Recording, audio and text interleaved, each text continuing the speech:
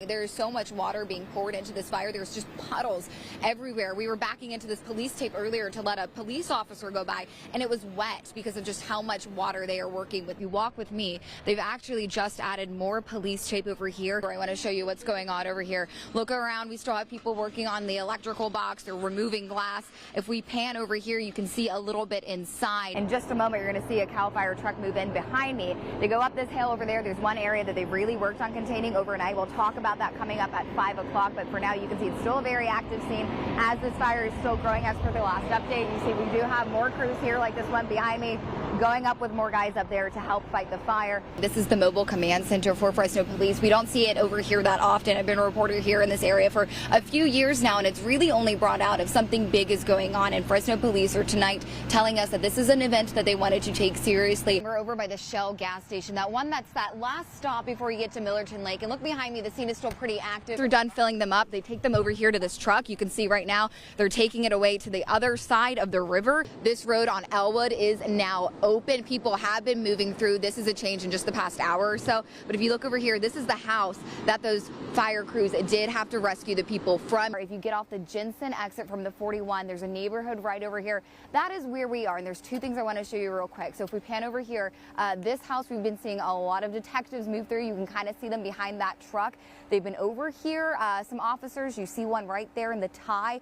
I don't know what they're doing over there, but they're investigating that area. One other spot I want to show you just how wide the scene is. We have 1, 2, 3 different sets of police tape blocking off a few different streets. There are 67 veterans traveling with the honor flight, and 5 of them are women. They age and range from 67 to 95 years old and cover years of service from 1951 to 1997. All of them here are traveling with a guardian on a very special chartered plane that's even decorated for the occasion.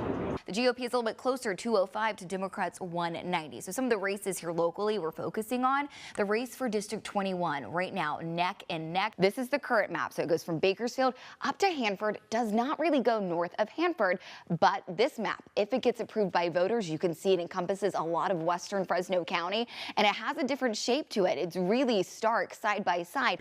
Good evening. I'm Katherine Phillips in for Katherine Her. Lots of clouds out there too. Chief Meteorologist Lauren Wallace has her first look at your pinpoint weather forecast, and she's tracking these sprinkles. CBS 47's Ben Morris takes us to Sequoia and Kings Canyon National Parks to show you the impact on the public.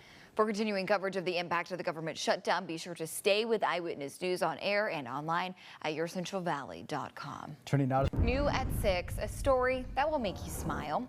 A 79-year-old from Clovis has been inducted into the Clovis Hall of Fame for embodying the spirit of the city. He is the first person I met when I moved to the Central Valley. Really? And yes, a great story and such a great guy. I know. So sweet. I feel so bad. Cousin Mel called me twice this morning. I've had such a busy day. I haven't been able to call him back yet. Call back Cousin Mel. I know. I think you want to know when the story is going to air. So I'm sure that he and his wife are watching right now. They're watching every newscast so they don't miss it. And I'm Katherine Phillips in for Katherine Her. The deadlock over federal funding continues in our nation's capital. CBS 47's Juanita Adame shows us how and why the effort is underway. Now to the very latest on the Garnet fire. While the Sierra National Forest remains open during a lapse in government funding, the fire area remains closed for safety because of all the hazardous trees, loose boulders, and unstable, steep terrain. And with the potential for wet weather right now, crews are focusing their efforts to lessen the amount of potential debris flow. With a look at what we can expect on the valley floor and in the mountains, let's check in with Chief Meteorologist Lauren Wallace. Yes. Good evening, and thank you for joining us. I'm Katherine Phillips in for Brian Dorman. The Trump administration is also threatening mass firings as government offices are shuttered. Republicans want to extend funding at current levels, but Democrats are holding out for concessions on health care, including extensions of Affordable Care Act subsidies and reversals of all cuts to Medicaid. This is the first government shutdown in nearly 7 years with little sign of any breakthroughs. Despite the government shutdown, Yosemite National Park plus Sequoia and Kings Canyon National Parks remain open, but some services like visitor centers will be closed or very limited. The Yosemite Mariposa County Tourism Bureau also says they are not charging fees to enter since staff will not be in place at the gates. Yeah, this is the fair's first year to not have the famous horse racing, but organizers tell us they've replaced it with a lot of other fun events. So we're going to an expert, CBS 47's Brianna Bias.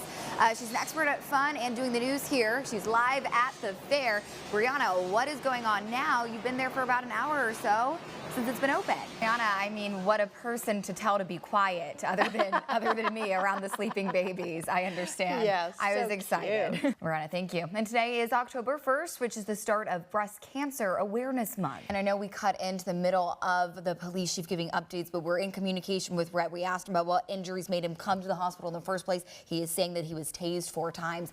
That was the first altercation that we heard about at that Northwest Policing District, bringing them to the hospital. We have been listening into the meeting between Russian President Vladimir Putin and, of course, President Donald Trump. We've been learning a little bit about what was going on before the meeting. We know that they met for at least 3 hours. At one point, they were supposed to get lunch with some other officials and then go to the press conference. We're not sure what happened there. As people in Oakhurst prep for yet another round of low elevation snow, electricity and heat are still out across town. I've been here probably since Thursday when it started snowing. It just turned off and hasn't been on since. Jesse Martinez is one of the many without power in the foothills. He spent the afternoon charging his phone at the Oakhurst Community Center, where the Red Cross has set up shop with food and charging stations. Volunteers say they hope to stay open. All of our volunteers are from the mountains, and so they're also impacted by the storms. So as long as we have volunteers to come in, we will be here. PG&E crews still playing catch up from last week's snowfall. Between Mariposa and Oakhurst, officials say nearly 10,000 customers still didn't have power at some point on Monday. They say a downed wire shut off power on Road 222 leading to Bass Lake, and a broken power pole is why the lights are out on Ponderosa Basin. They say they don't know when power will be back on. For drivers, conditions on the roads can still be dangerous, and chains are still crucial. Putting on chains at this low of an elevation is new for many. I practiced it once at home, and then I just did it right now. I was on my way to work. Also putting on chains today, Katherine Phillips. She's been busy delivering food orders for those in Oakhurst, hunkering down at home without electricity. Most of them, they have no power, and the power's probably been out since Friday. So they aren't getting power, and that's where I've been doing is just dashing up to them, and they've been very thankful for that. I will not remain silent on this issue. These are the kinds of antics that keep our children failing because they distract and interfere with the real work of the school district. Fresno Unified trustee Susan Wittrup says she's not happy with how the board and how the district is handling the fallout of former chief communications Nikki Henry and her settlement agreement. Documents obtained from the district show Henry is taking home $162,000 for a settlement payment after she resigned following a scandal that revealed she was using AI to create a document with fabricated quotes. The Fresno Teachers Association says it painted them in a bad light. Wittrup says last week she got an email saying the board's not going to vote on this issue because the board already gave unanimous authority to the Chief of Human Resources to negotiate the deal. She says that happened during a closed session meeting on June 18th. Wittrup says she expected they'd be briefed and updated on the negotiations, but she says that never happened, and now the settlement is final without a vote. That makes me feel like there's something shady going on. That is not our practice. Wittrup says this could be a violation of California's Brown Act, which requires certain public oversight of legislative bodies, and thinks at best it's sloppy governance. And the whole situation could be made better with a vote on the matter during the upcoming August 13th meeting. The hardworking taxpayers have a right to know how their money's being spent. She's now wondering if this is an attempt to cover something up and keep an outgoing executive quiet. Fresno Teachers Association President Manuel Bonilla says this amount of money Henry is getting is ridiculous. For that amount of money, you could get 2 teachers in the classroom impacting the lives of many of our students. Instead, somebody that did something wrong, admittedly, is going to get rewarded $162,000. We did reach out to the district. They did refer us to an email sent from the district's human resources to employees clarifying what happened. They say there's due process they have to follow, and sometimes it can be costly and function like a court case. So listen to this. They say in part to avoid the significant cost of those procedures and the uncertain outcomes of those hearings, sometimes public employees and with the board, authorities enter into resignation agreements with employees. So if you'd like to read the full email that was sent from HR, and we also have a look at the settlement document laying out the facts and the terms between Henry's resignation and the district, we have all that and more linked on our website, yourcentralvalley.com. For 6-year-old Elijah, getting a haircut can be hard. They always hurt him. They don't have the patience with him. Like, there was another barbershop, remember? They saw him walk in because they remembered him. Neither of them wanted to deal with him. Like, no, we don't want to. Because he moved too much. It sucks, you know? So, and then the other place we're going, they kept on leaving him red marks because of the amount of moving he does. But Monday afternoon at the always faded barber shop in Fresno was a completely different story. He'll be crying, he'll be impatient, but out of all the barbershops we've had, this is the first one where he's literally falling asleep. His parents, Edward and Vanessa Palacio, say it's a first, seeing their son with autism be able to relax and get comfortable getting a haircut. We are so blown away how relaxed he Like, is.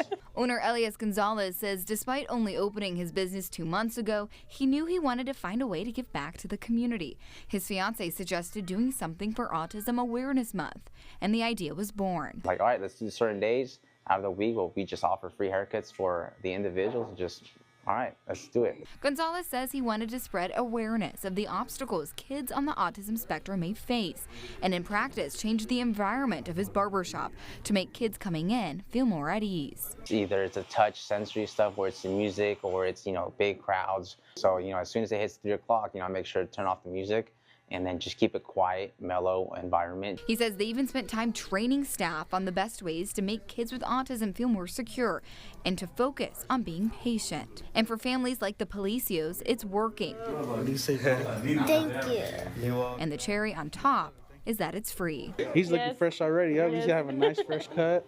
Yep, feeling good, looking good. Reporting in Fresno, Katherine Phillips. Bye. CBS 47. Thank you. Eyewitness News.